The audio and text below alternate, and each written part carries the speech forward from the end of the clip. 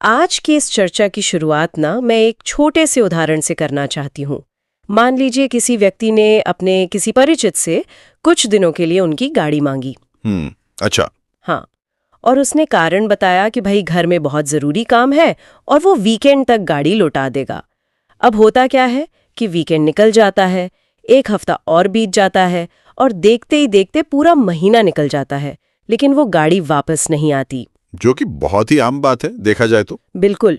तो यहाँ एक बहुत ही बेसिक बहुत ही बुनियादी सवाल खड़ा होता है, क्या वो व्यक्ति जिसने गाड़ी मांगी थी कानून की नज़र में चोर हो गया या फिर वो बस एक बहुत ही गैर जिम्मेदार और लापरवाह इंसान है जो अपने वादे से मुकर गया?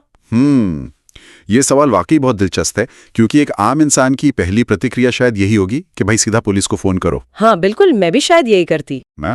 लेकिन यहीं से हमारी न्याय प्रणाली का वो सबसे उलझा हुआ हिस्सा शुरू होता है। ये जो गाड़ी वाली उपमा आपने दी ना, ये उस बारीक रेखा को समझने के लिए बहुत सटीक है जो किसी आम इंसानी गलती को या कह लें कि व्यावसायिक विफलता को एक गंभीर अपराध से अलग करती है। तो जब इसे कानूनी नजरिए से देखा जाता है तो ये सिर्फ गाड़ी या पैसों का मामला नहीं रह जाता। एकदम सही। ये इस बात का पैमाना बन जाता है कि हमारे देश का जो कानूनी ढांचा है वो लोगों के बीच होने वाले रोजमर्रा के कॉन्ट्रैक्ट्स को किस तरह से देखता है। देखिए, हर टूटा हुआ वादा या हर न चुकाया गया कर्ज अपने आप में कोई जुर्म नहीं होता। और आज के इस डीप डाइव का हमारा मुख्य मिशन भी इसी कानूनी और मनोवैज्ञानिक उलझन को सुलझाना है। आज हमारे पास जो स्रोत है उनमें इलाहाबाद हाईकोर्ट का एक बेहद अहम और हालिया फैसला शामिल है। जी, बहुत ही महत्वपूर्ण फैसला है वो। हाँ, और इसी के जरिए हम ये समझने की कोशिश करेंगे कि कानून की नज़र में धोखाधड़ी करने और किसी मजबूरी के कारण कर्ज न चुका पाने के बीच की वो लकीर आखिर खिंचती कहाँ है। क्योंकि मैंने अक्सर देखा है कि समाज में और कई बार तो खुद पुलिस के स्तर पर भी इन दोनों अलग अलग स्थितियों को एक ही तराजू पर तौल दिया जाता है। बिल्कुल, और ये जो भूल है ना, ये सिर्फ कानून न जानने का परिणाम नहीं है, ये मानवीय मनोविज्ञान का भी हिस्सा है। जब किसी के पैसे डूबते हैं तो हताशा और गुस्सा हावी होना स्वाभाविक है। जाहिर सी बात है, पैसे खोने का डर तो होता ही है। हाँ, तो ऐसे में लेनदार अक्सर क्या करते हैं कि दीवानी मामलों को, यानी जो सिविल मामले होते हैं, उनको एक आपराधिक या क्रिमिनल रंग देने की कोशिश करने लगते हैं। वो एफआईआर और पुलिस का इस्तेमाल सिर्फ पैसे निकलवाने के एक हथियार के रूप में करते हैं। प्रेशर बनाने के लिए। इसी बात को अगर हम एक असली मामले के चश्मे से देखें तो सुलेमान नाम के एक व्यक्ति की कहानी सामने आती है। और ये कोई बहुत बड़ा कॉर्पोरेट फ्रॉड नहीं है। नहीं, बिल्कुल नहीं। ये तो उन अनगिनत कहानियों में से एक है जो हमारे देश के हर छोटे बड़े शहर में रोज घटती हैं। मामला कुछ यूं है कि सुलेमान पर आरोप लगा कि उसने एक व्यक्ति से कुछ रुपए उधार लिए और तय सीमा बीत जाने के बाद भी उसने वो पैसे वापस नहीं किए, जो कि एक टिपिकल सिविल विवाद है। हाँ, आमतौर पर ऐसे मामलों में लोग पंचायत करते हैं, आपस में बात करते हैं या ज्यादा से ज्यादा एक दूसरे को लीगल नोटिस भेज देते हैं। लेकिन इस कहानी ने एक बहुत ही गंभीर मोड़ ले लिया। जो शिकायत करता था वो सीधे मथुरा के बरसाना थाने पहुंच गया और उसने सीधे क्रिमिनल केस ठोक दिया। बिल्कुल, सुलेमान के खिलाफ एक आपराधिक मुकदमा दर्ज करवा दिया और एफआईआर में धोखाधड़ी और आपराधिक धमकी जैसी बेहद संगीन धाराएं लगा दी गईं। अब आप ही बताइए, एक साधारण से कर्ज के विवाद का इस तरह पुलिस थाने तक पहुंचना, ये कितनी बड़ी बात है? ये बहुत बड़ी बात है।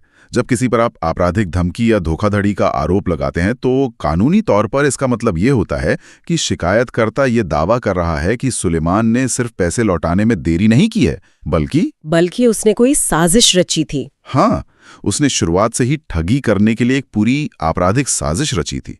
और जैसी पुलिस के पास ऐसी शिकायत पहुंचती है ना, वो भारी भरकम सरकारी मशीनरी हरकत में आ जाती है। और ये मशीनरी जब किसी आम आदमी के पीछे पड़ती है तो वो प्रक्रिया ही अपने आप में एक सजा बन जाती है। एफआईआर दर्ज हुई, पुलिस ने कार्रवाई की और मामला मथुरा के न्यायिक मजिस्ट्रेट के पास पहुंच गया।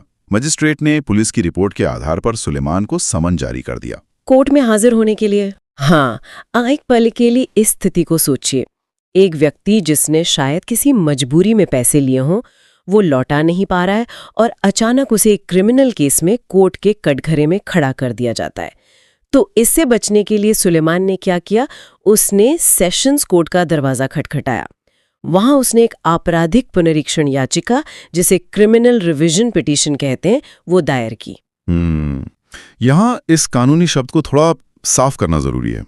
देखिए, जब कोई निचली अदालत कोई समन जारी करती है तो नागरिक के पास यह हक होता है कि वो उससे ऊपरी अदालत जैसे कि सेशंस कोर्ट में जाकर ये गुहार लगाए कि भाई निचली अदालत ने कानून समझने में कोई गलती की है। तो सुलेमान की मांग भी यही रही होगी। बिल्कुल। सुलेमान सीधा सीधा कह रहा था कि ये तो पैसों के लेन देन का मामला है, सिविल मैटर है, इसे क्रिमिनल केस मानकर मेरे खिलाफ मुकदमा नहीं चलना चाहिए। लेकिन सेशंस कोर्ट ने सुलेमान की ये याचिका सीधे तौर पर खारिज कर दी। अब यहाँ मुझे एक बात समझ नहीं आ रही है, अगर मामला साफ साफ पैसों के लेन देन का दिख रहा था तो सेशंस कोर्ट ने सुलेमान को राहत क्यों नहीं दी? क्या हमारी अदालतों में पुलिस की हर कहानी को बस यूं ही मान लेने की कोई प्रथा है? प्रथा तो नहीं कहूंगा, लेकिन ये एक बहुत ही आम और चिंताजनक पैटर्न जरूर है। हमारी निचली अदालतें अक्सर शुरुआती स्तर पर पुलिस की जांच में दखल देने से बचती हैं। उनका नजरिया ये होता है कि अगर एफआईआर दर्ज हुई है तो मामले का पूरा ट्रायल होने दिया जाए, मतलब गवाहों को आने दें। हाँ, वो सोचते हैं कि गवाह कोर्ट में आए, जिरा हो और तब तय हो कि सच क्या है। अब सैद्धांतिक रूप से तो ये सही लगता है, लेकिन व्यवहारिक रूप से वो इस कड़वे सच को भूल जाते हैं कि हमारे देश में एक आपराधिक ट्रायल का सामना करना, सालों तक कोर्ट के चक्कर काटना, ये अपने आप में किसी कठोर सजा से कम नहीं है। बिल्कुल, बेगुनाही साबित करने का बोझ ही इंसान को तोड़ देता है। सुलेमान के साथ भी यही हुआ। उसे सेशंस कोर्ट से खाली हाथ लौटना पड़ा, लेकिन अच्छी बात ये रही कि उसने हार नहीं मानी। उसने सीधे इलाहाबाद हाई कोर्ट का रुख किया और यहीं से ना इस पूरी कहानी की दिशा बदल जाती है एकदम। इलाहाबाद हाई कोर्ट में न्यायमूर्ति अनिल कुमार दशम की सिंगल बेंच ने इस मामले को सुना और अदालत ने सिर्फ फैक्ट्स को नहीं परखा, बल्कि उस बुनियादी सिद्धांत को भी देखा जो सिविल और क्रिमिनल कानून के बीच की दीवार बनाता है। और हाईकोर्ट का जो निष्कर्ष था वो बहुत ही स्पष्ट था। ये उन्होंने कहा कि कर्ज ना लौटाने के विवाद को आपराधिक मामला नहीं माना जा सकता। हाँ, और इसी के साथ अदालत ने सुलेमान के खिलाफ चल रही उस पूरी आपराधिक कार्यवाही को निरस्त कर दिया, यानी लीगल भाषा में कहें तो क्वैश कर दिया। और किसी कार्यवाही को क्वैश करने का मतलब होता है उसे जड़ से मिटा देना, मतलब ऐसा मान लेना कि वो एफआईआर कभी दर्ज ही नहीं हुई थी। अदालत ने साफ कर दिया कि ये एक विशुद्ध दीवानी विवाद है जिसे जबरदस्त क्रिमिनल केस बनाया जा रहा है। ये न्याय शास्त्र का एक बहुत ही तकनीकी लेकिन शानदार पहलू है। जब हाई कोर्ट किसी मामले को क्वैश करता है ना, तो वो गवाहों के बयानों की सत्यता नहीं जांचता। अच्छा, तो फिर वो क्या देखते हैं? वो एक बहुत ही सरल सिद्धांत का पालन करते हैं। हाई कोर्ट पुलिस की एफआईआर को पढ़ता है और कहता है, चलिए मान लेते हैं कि इस कागज में लिखी एक एक बात 100% सच है। सुलेमान ने पैसे लिए और वापस नहीं किए। फिर हाई कोर्ट खुद से पूछता है कि क्या ये सब सच होने के बावजूद कोई अपराध बन रहा है? और सुलेमान के मामले में इसका जवाब था नहीं। बिल्कुल नहीं। किसी का पैसा समय पर न लौटाना कॉन्ट्रैक्ट का उल्लंघन है, लेकिन ये अपराध नहीं है। तो जब वो काम अपराध की श्रेणी में आता ही नहीं, तो ट्रायल चलाने का क्या तुक है? हाँ, ये तो बहुत ही सॉलिड तर्क है। ये तो वैसा ही हो गया ना जैसे किसी व्यापार में नुकसान हो जाए और एक पार्टनर दूसरे को मुनाफा न दे पाए तो दूसरा उसे जेल भेजने की धमकी देने लगे। ये तो कानूनी प्रक्रिया का सीधा सीधा दुरुपयोग है। बिल्कुल। लेकिन लोग ऐसा करते क्यों हैं? मतलब एक सिविल विवाद को क्रिमिनल रंग देने का ये ट्रेंड इतना आम क्यों हो गया है? इसके पीछे की सबसे बड़ी वजह है हमारे सिविल न्याय प्रणाली की सुस्ती। देखिए, अगर दो लोगों के बीच पैसों का विवाद है तो सही रास्ता यह है कि सिविल कोर्ट में रिकवरी सूट फाइल किया जाए। Recovery suit. हाँ, लेकिन असलियत यह है कि सिविल मुकदमों का निपटारा होने में दशकों लग जाते हैं।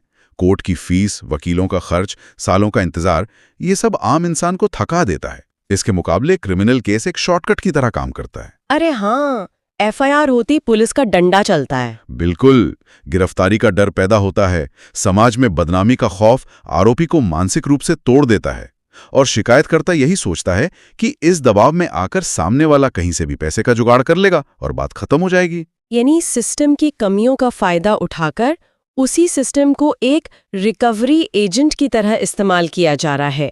हाई कोर्ट का फैसला इसी मानसिकता पर एक करारी चोट है। लेकिन अब मैं इस बहस के सबसे गहरे हिस्से पर आना चाहती हूँ। अगर कर्ज न लौटाना धोखाधड़ी नहीं है तो फिर धोखाधड़ी आखिर है क्या?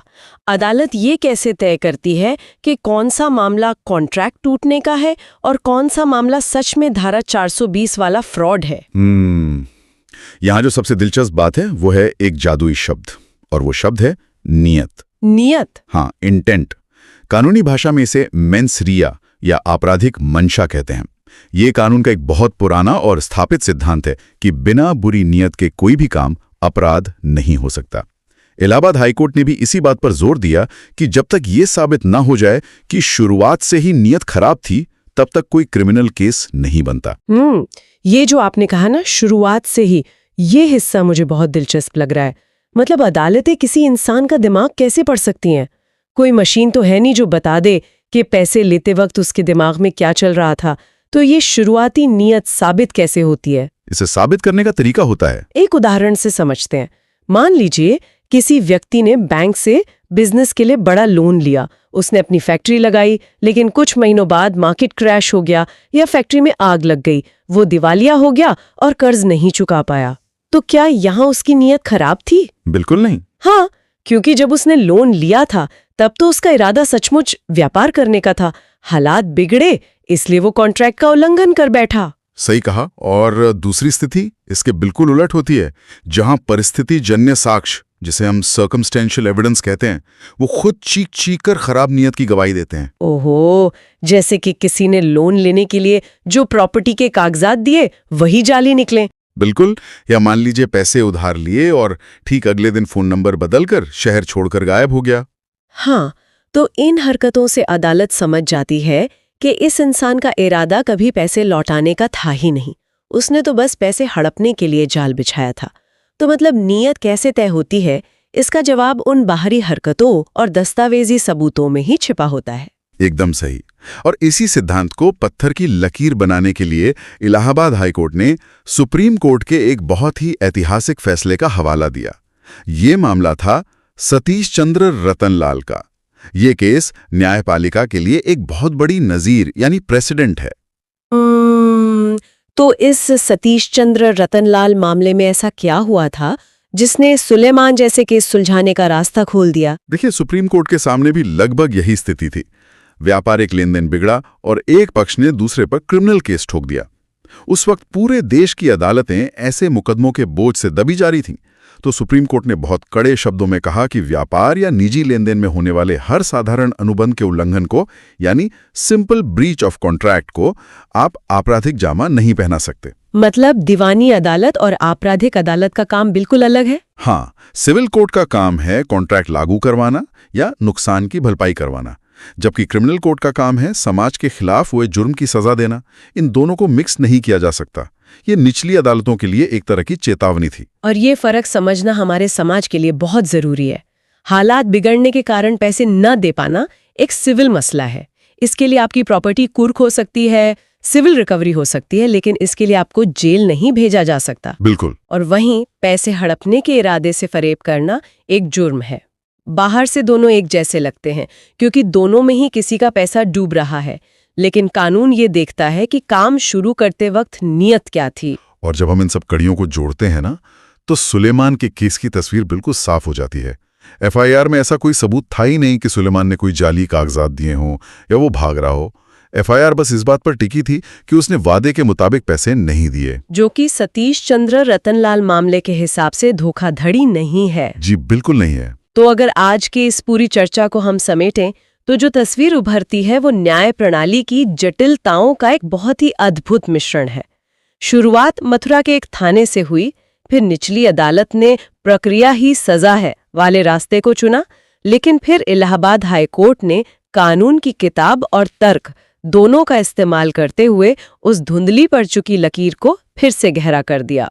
और ये जानकारी सिर्फ वकीलों के लिए नहीं है, ये हर उस इंसान के लिए जरूरी है जो समाज का हिस्सा है। बिल्कुल। ये लेनदारों को बताती है कि भाई सही कानूनी रास्ता अपनाओ, पुलिस तंत्र का गलत इस्तेमाल मत करो। और दूसरी तरफ जो लोग किसी मजबूरी में कर्ज नहीं चुका पा रहे, उन्हें ये ढाल देती है कि वो अपराधी नहीं है, उन्हें पुलिस के खौफ में जीने की जरूरत नहीं है। हाँ, अधिकारों की यही जागरूकता हमें झूठे मुकदमों से बचा सकती है। लेकिन इस डीप डाइव को खत्म करने से पहले ना, एक विचार मेरे मन में लगातार घूम रहा है। अच्छा, क्या विचार है? देखिए, ये पूरी कानूनी बहस इस बात पे टिकी है कि जुर्म तब साबित होगा जब शुरुआत से ही नीयत खराब हो। जाली कागजात जैसी चीजें मदद करती हैं, लेकिन इंसानी दिमाग इतना सीधा तो होता नहीं है। ये बात तो है। जरा सोचिए, कोई व्यक्ति बिल्कुल सच्चे मन से बिना किसी जाली कागजात के पैसे उधार लेता है, लेकिन जैसे ही पैसे उसके हाथ में आते हैं उसके अंदर का लालच जाग जाता है। परिस्थितियां खराब नहीं होती, बस उसकी नीयत बदल जाती है।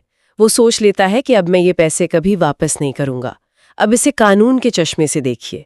पैसे लेते वक्त यानी शुरुआत में नीयत बिल्कुल साफ थी। हाँ, उस वक्त तो साफ थी। लेकिन कुछ ही घंटों में वो नीयत खराब हो गई। तो अब क्या वो व्यक्ति अपराधी है या सिर्फ कॉन्ट्रैक्ट तोड़ने वाला? कानून तो कहता है कि बस शुरुआती नीयत देखनी है, और ये एक ऐसा सवाल है जो किसी भी अदालती फैसले से बहुत आगे जाता है। तो बस इसी सोचने पर मजबूर कर देने वाले सवाल के साथ आज की इस डीप डाइव को यहीं रोकते हैं। इस ज्ञान और विश्लेषण की यात्रा में साथ जुड़ने के लिए बहुत बहुत धन्यवाद।